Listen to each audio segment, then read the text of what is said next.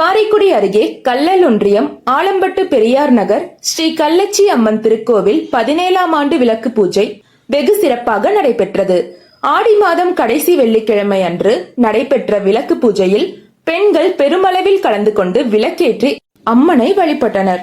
உலக நன்மை வேண்டியும், நாட்டில் பசி பிணி போக்க வேண்டியும், மழை நன்கு பெய்யவும், விவசாயம் செழிக்கவும் பூஜைகள் நடத்தப்பட்டதாக நிர்வாகிகள் தெரிவித்தனர். இந்நிகழ்ச்சிக்கான ஏற்பாட்டினை கள்ளச்சி அம்மன் கோவில் நிர்வாகிகள் பூவேந்திரன், நாகராஜ், உப்புக்கண்ணு, பெருவழுதி, வசந்தகுமார், அசோகன், சுரேஷ்குமார், சிற்றரசன், பிரதீப் குமார், ராகுல் மற்றும் மகளிர் அமைப்பினர், இளைஞர் மன்றம் இணைந்து வெகு சிறப்பாக ஏற்பாடு செய்திருந்தனர்.